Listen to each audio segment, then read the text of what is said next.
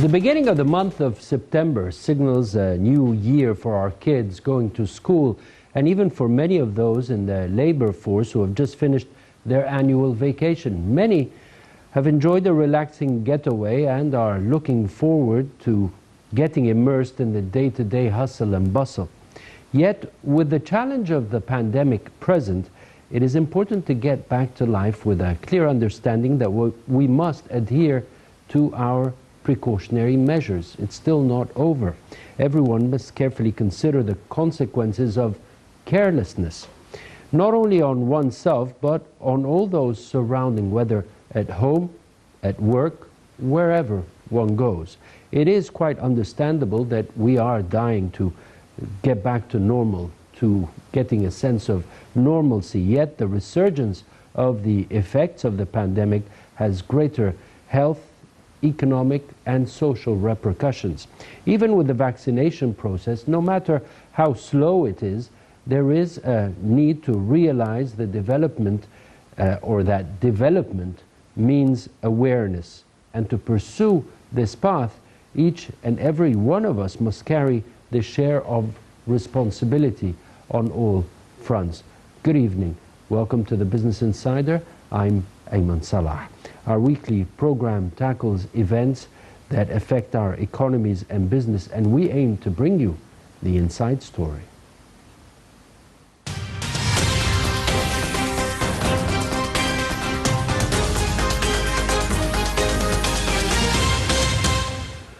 Welcome back. Let's start with the first news item. An Africa-focused Paris-headquartered private equity company is eyeing to invest more than 30 million euros in Egyptian small and medium enterprises. The firm announced reaching 85 million euro first close on its MENA Fund 2, 35 to 40% of which could be allocated to SMEs in Egypt. The European Investment Bank and the EBRD have both committed 20 million euros, while the IFC invested 12.5 million euros. The fund aims for high-growth SMEs in the healthcare, tech, manufacturing and services sectors, allocating 5 to 15 million euros for each investment. Rather than targeting startups, it is looking for more mature, profitable companies that are ready to take their growth to the next level. It is also looking at companies that are open to selling a majority stake of their business in the future. The fund sees Egypt as an increasingly strategic market and is looking to open a local office thanks to its strong pipeline of opportunities due to the size of its market, its position in the region, its strong industrial base, as well as Egypt being a prime recipient of private equity investment in North Africa. The second news item we have for you this week is that Prime Minister Mustafa Madbouli has opened Amazon's logistics facility, the first of its kind in Africa, in the 10th of Ramadan city. According to a cabinet statement, this is part of Amazon's long-term plans to expand its footprint in Egypt and increase investment in the country's infrastructure, advanced technology and e-commerce sectors, while catering to Egypt's internet-based small and medium enterprises. The e-commerce giant is investing more than 1 billion Egyptian pounds in the Egyptian market and runs more than 15 goods delivery stations nationwide, contributing to the creation of at least 3,000 jobs. Amazon had last year hinted at exploring whether Egypt could be a hub for the manufacturing of its own brand products and for exports to the wider region, and is launching its portal later this year. We'll be back. Welcome back. All right, tonight what we're discussing is space science and sustainable development. Here we're witnessing changes in this country, notably in this sector. And tonight I'm joined by Professor Osama Shalabiea. He's the Dean of the Faculty of Navigation Science and Space Technology in Beni Suef University, also Professor of Space Physics in Cairo University. Indeed a pleasure having you with me on the show here tonight. It's my great pleasure to have it. All right, let's start with a report on space technology, on the use of space technology, and then we start our discussion. Good. The use of space technologies in our everyday life is constantly increasing. Nowadays, there's a massive use of space data on Earth. Mobile phones, internet, GNSS devices and TVs are possible only thanks to space technologies. This increasing range and volume of uses encourages the development of even smaller satellites, cheaper and easier to launch, and more private companies are investing in developing these technologies. Remote sensing applications are also rapidly evolving, as are their uses. For example, Earth observation satellites provide us with increasingly more accurate and more detailed images, which open up new ways to use space-related data, in particular for sustainable development and notably in the fight against climate change. Space technologies and data are fundamental for achieving the SDGs, or Sustainable Development Goals.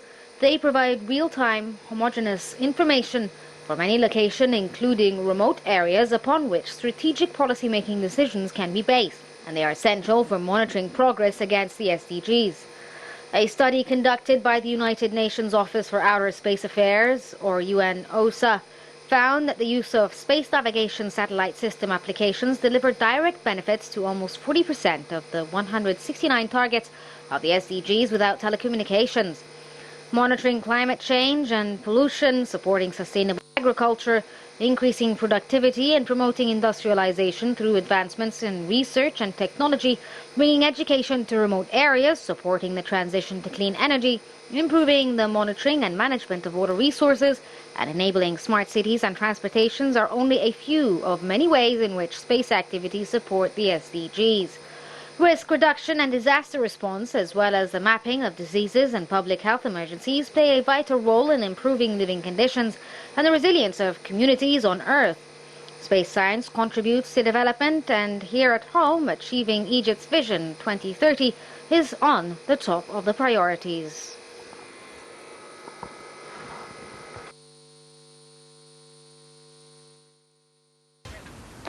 Welcome back to the Business Insider. Okay, tonight I'm joined by Professor Osama Shalabiea, the Dean of the Faculty of Navigation Sciences and Space Technology, Beni Suef University. A pleasure having you once again on this show. And let's start with a statement made in the faculty's material. And it says, space innovation is civilization 2119. What does that mean? It means that future and the new civilization on Earth, it's not going to be in a specific cultures or in a specific area, but it is all over the Earth, and it will be controlled from space. So what we are going for the future is the space civilization, where we can see clearly not only a continental or not only a nations, but we are seeking for United States of Earth. That what will be the future. In order to control our life from space, we are seeking for the future to invest our knowledge and our economy to go to space and to explore more what is going on other planets and in other moons, that we can stay there and build in a new civilization. This is what we are seeking in the future. So with this point, actually, we based on 3 future sciences, which is making the triangles, the nanotechnology, the artificial intelligence in the base, and in the top of this triangle, we have the space science. And not only that point, but also the impact of space to the civilization on Earth. This is what I mean by new civilization on Earth. Why 2119, specifically that date? Is there a significance to it? Yes. The point is that how speed we are going in the progress of this science. We are transferring from governmental space agencies to what we call the economical companies that go to space. We have now SpaceX. It is a private company, Private sector, right. sector that can build up all the facilities and make all the investment for the future. Many of other companies follow that investment by billions of dollars for the future, because they want to own the technology based on our knowledge from science to technology transfer. So the application, it's going all over of our life, from zero to the infinity. One of the things that interested me when I was doing some research was futurology contributing to the progress of nations. How? And what do you mean by futurology? Those who are advanced in futurology are those who own progress, who are developed. I'm quite keen to understand what you mean. We always interest about the problems now, but the science of futurology is the most important point in order to look for the future. If you didn't think for future from now, you will not have this kind of progress to be standby and ready for the future. For example, when we have facing now the pandemic of COVID-19, are we ready for the future, for that kind of hazards? We were not ready for COVID. How are we going to be ready for future hazards? That's the point. That's why we need to focus on the future science. Futurology is the one of the most important point, that you don't think that 2050 is far from us. This is quite interesting for me, because I remember once I was following a speech by the former US President Barack Obama, and he was talking about how the US should be ready for to face the dangers of a pandemic in the future. And that was quite strange at the time, because we didn't hear about COVID-19 at the time, and certainly we were not prepared for the introduction of such a pandemic that will affect the world as it has. But what you're talking about now, and you're saying futurology, it brings to my mind that speech at that time, how he was talking to his constituents and saying we should be ready for the dangers that the future behold. Exactly. This is a point that we also can have the statement, it always seems impossible until it is done. We keep saying this is impossible and this is impossible, but everything is and must be taken into account. All right. In that, where are we here in Egypt in terms of space science? What is understood is that we have agencies across the board, yet they have not been empowered to contribute in the development process of the country. Has this changed? Yes, this is the first step of it changing, is to start with thinking of establishment, the Egyptian Space Agency.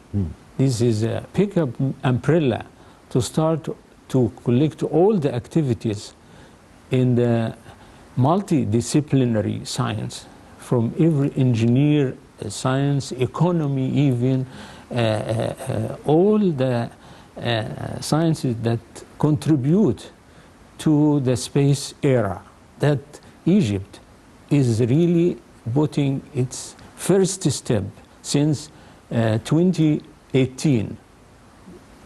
And once the Egyptian Space Agency is established, we also won the competition to have the headquarters for the African Space Agency. And this is also a great step toward the role of our country leading toward the space science and its application. Its application everywhere, from the communications to remote sensing to the all the investment in all of other sectors, either directly or indirectly. When we have this kind of pandemic and we need to educate our generation, young generation, we need the internet, and we can't offer that internet to the remote areas. But with space science and satellites of the communications, we can have now the internet of thinking anywhere. And the same is for the investment for the companies, for oil companies or some that it's remotely out of the cover by the internet. It can be reached by also space satellites. Right. So this program, as you know, is the Business Insider, so we're very focused on business. Yeah. How is the work of the agency contributing to the economic development and to Egypt's SDGs? This is a very good question, actually, because the end product of all of these activities and the Egyptian Space Agency is to go to the community and to develop our country. Right. On the education level, on the economy and jobs for many sectors, like the electronics, communications, engineer, basic science even. It's important also that all of these integrated activities to the end product for our new republic, which is one of the most important is to look for space, to have your own satellites, not depending on others from the... Do we have this capacity?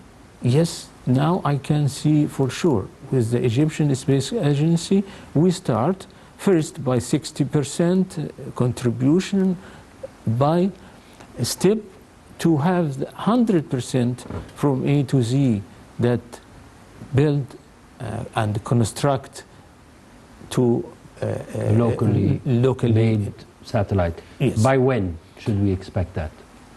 Soon. We have already done about a CubeSat, small satellites, but we are going a step further with Egyptian Space Agency for China or European Space Agency to build up our own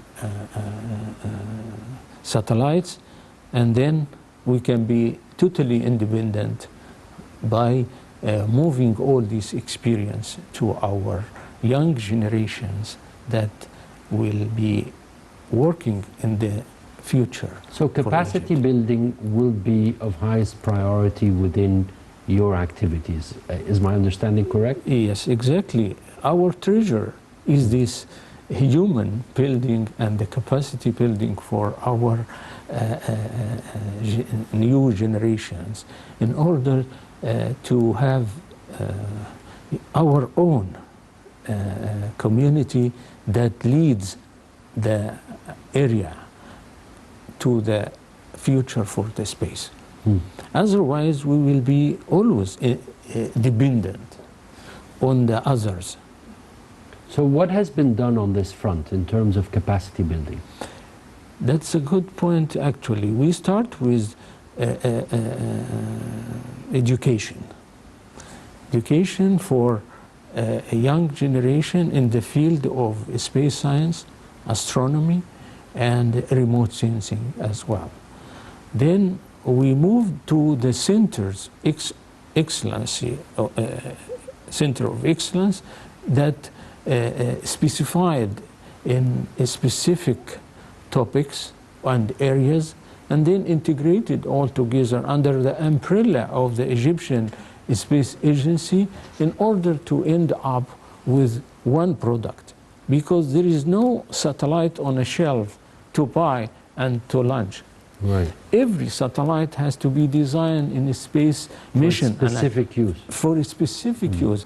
In order to do that, what we need, our needs is different than others.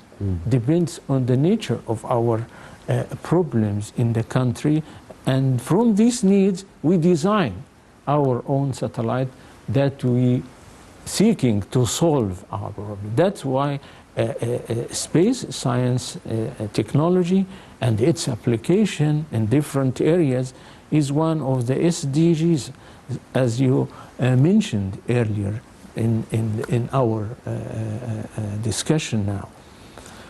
From my understanding is that Egypt's territory is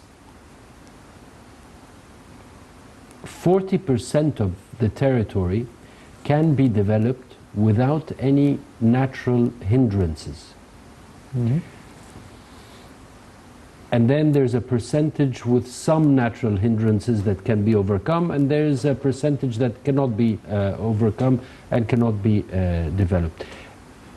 When we're talking about space science, definitely there is remote sensing, as you mentioned, yes. And there's a clear understanding of the makeup of the territory, and there are scientific terms that you scientists use in those terms. How is the space agency contributing in the development projects, and are there specific examples that you can give us within the new republic's development process? This is a good point that you raise now from these questions, how the Egyptian Space Agency or space science in Egypt in general will contribute to these points. With remote sensing, we can have that sensors that look for different processes or different purposes. For example, we have a dissertation that the movement of desert to the areas that have the agricultures, how to study this rate and how to take all the measurements to protect that kind of dissertations. Also, we have a problem with building that extend over illegally from space and from satellites. You can see even what happened to within one night if there is any activities that illegally trespassing, yes, and building illegally on agricultural land. Exactly. This point from now on can be controlled from space. Then when the data reach to the decision maker, there is no way for corruption to build on these suburbs and but for illegally buildings. But for that, you would need a satellite specifically designed to monitor such violations. Exactly. Is there such a thing? Yes, that's exactly now on it works. Then it is impossible for this illegal activities and violations to be done under the table. Now it is not, because the map and the data and the observations transfer to all the ministries that care of this point. So it cannot be hidden anymore. And in a sudden you find an explosion that this area is all full with illegal building that we suffer right now. And you know how much the government is investing a lot of money in order to go over and remove the violation. That's the point. It costs a lot of money. It costs a lot of money. All right. So, climate change. oh, How is the ESA contributing in that? Not only the ESA, how is Beni Suef University and the faculty and the different agencies that are working in this field contributing to preserving, regaining, remedying climate change? yeah, climate change is a man-made. This is a fact. And during the pandemic, when we stopped for 1 year to go to work and to activities of the factories and all the human The air activities, traffic and so on. when we look by and observe by satellites also, you can see how clean the sky and how we didn't face this clouds and these pollutions. Even the water and the underwater life improved. This means for sure that climate change is man-made. Then we have to contribute with all over the countries, all over the earth.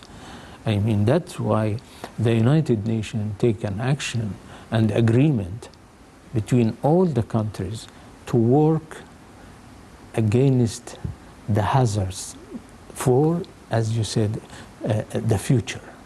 Futurology can see how dramatic and will be the climate change if we didn't move from now. Because if we read the data from years 10 or 15 or 20 or even 100 years past, then you can read what the future... The pattern. Yes. The what pattern. the pattern for the future. How dramatic will be. How the catastrophic of the climate change will be very severe if So we didn't move. Your job in such agencies is to monitor and present the data to decision makers? Yes, this is one of them, but also we have to contribute with other countries, with other nations, all over the region and the area, because let me say that the development countries is the most countries that suffer from that, because the activities is mostly in the civilized countries and the main countries like China. You mean activities contributing to The pollution. yes, and Yes. to climate change? Yes. Right. So that's why a developing country is eager and need to contribute in order to be away from these hazards. Right. That's the point. And Egypt, of course, one of these countries.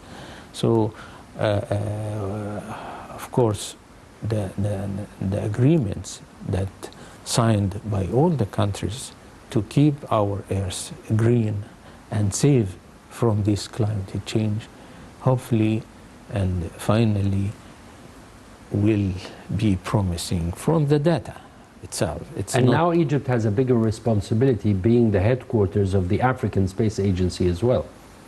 yes, and that's why the responsibilities for Egypt and Cairo will be more and more. Are you building capacity for locals or for the continent, for African? You're building the capacity of the African expertise. Both. Both locally and African, and also in the Arab area, because also we have activities like in United Arab Emirates. It has a great step forward with the Hope probe to Mars. Why we go to Mars? And because the main goal is to see how this Mars atmosphere change, the climate change there, so we can read the future of Earth from what happened on other planets. The red planet. Yes, the red planet. The red planet. Yeah. Definitely a topic that can continue with you for hours and hours. Now that we're going to jump on the topic of the planets, this is a beautiful subject and a very rich subject that we can all learn from. Professor Osama Shalabiea, the Dean of the Faculty of Navigation, Science and Space Technology in Beni Suef University and Professor of Space Physics in Cairo University. It was a pleasure talking to you, sir, here on the program. Thank you very much for joining me. Me too. Thanks a lot. Thank you very much. Thank you. Wish you a very pleasant evening. See you again same time next week. I'm Ayman Salah. Good night.